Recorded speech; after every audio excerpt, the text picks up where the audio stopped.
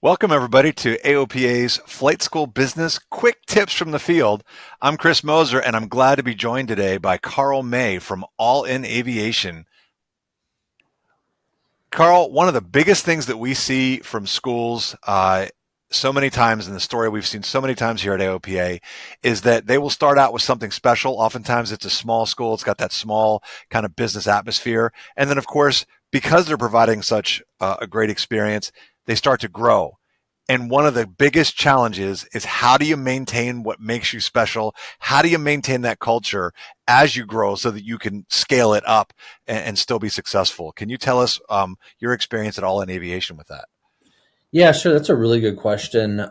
When I decided to come to All in Aviation, the school was fairly small. It was about three, or not, I should say young. It was young. It was about 3 years old, which is relatively young for a flight school. In those 3 years, the owner, Paul Salick, had a few, flight instructors come through. But when I joined, we had two full-time flight instructors and about 5 airplanes. That's a pretty good start. It's much smaller than other operations that I've worked with. But it was a challenge that I could see how the foundation has been laid out. And we built a nice operation in Henderson. Some of the things that flight schools struggle with are space, real estate, a place to actually do business out of. Resources, having airplanes, and having good maintenance, because you got to maintain, the equipment that you're using. So those three things can be pinch points within flight schools. But coming here, we were building a nice big space to operate out of, 26 hangars, so we could, house all these aircraft. And then we're partnered with Lone Mountain Aircraft Maintenance, which is a fantastic maintenance facility that does all of our maintenance. So my first job was to we need more instructors. And so I hired a flight instructor right away when I came on, and that flight instructor billed 120 hours their first month. And we looked at it and we thought, wow, if this person did 120 billable hours in their first month, we must be leaving these hours on the table.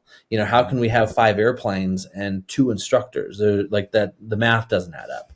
And so we continued to hire, and started hiring 2 at a time. So these instructors had allies with each other as they were going through. But a lot of this fell on me as a director of the flight operations. I would hire and train instructors. I would mentor them, and then I was also picking up the phone, answering the phone, making meetings to meet with folks and getting them, the sales portion of it, right? And so we sat down and we decided what is everyone's roles. And the fact that Carl was taking care of maintenance and aircraft and sales, and I was on 24/7, which is a little exhausting. We at that time decided that we would hire somebody specifically for more of the sales side. When someone calls and has questions about flight training, needs to come in and meet with us, needs to get kind of docked into the program, we have a person for that.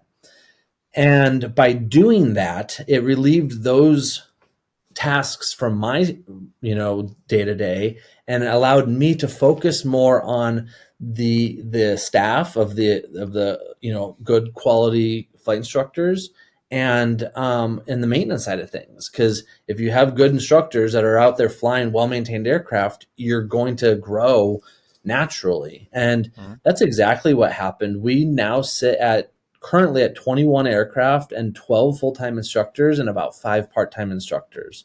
The only reason why we have 5 part-time instructors is because those 5 instructors have already worked for us for a solid year, and because they're still local in the Valley and doing something locally, they still are, around and to do, one-off, flights here and there. Right. So yeah, the ability of like almost dividing and conquering, like dividing tasks, really helped us with the ability to scale and grow kind of organically and naturally. Because do I need another 20 airplanes and And that's no, not right now. But if the time comes that I need more airplanes or I need more instructors, I think we have a system set up, a process to hire and train them and maintain the aircraft maintenance and all of those things. It's something that's kind of evolved for us. And that's a question, a follow-up question to that too was, I'm wondering, did you have those things at the beginning, or they developed, and then those processes, and I imagine culture too, in those ways, did that kind of evolve that now you have a standard that when people come in, this is how we do things? Is that kind of what happened, or? Yeah, so I mean, Paul Salix is the president of the company. He started it. Golden rule, treat people how you want to be treated. So, when you follow that simple rule, it actually goes a long way in business. And so I've come from other operations where I was just used to working with more aircraft and the sales side of thing. I was used to doing a lot more work, and then I came to such a smaller operation that just was kind of a baby still, and really had the ability to put my stamp on it, work hard, grow the fleet, but I don't do it alone. I do it with the help of, the president, and with our kind of the sales staff, our flight training advisor. So it becomes a team, and that team is the leadership that the flight instructors go to. They might not even come to me if I'm not available or something. They might go see somebody else when it's a question that I should be answering, but somebody else can help them get through the process. So it's is there a magic sauce? Every flight school operates a little bit different, has a little bit different take on it, and I think that's what's unique to it. There's really no flight school in a box standard package, but we just have to learn to adapt, which is one of our core values, to our environment, to our clientele, to the aircraft we're flying, and that idea of being able to adapt to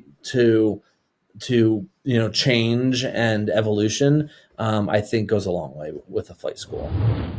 Cool.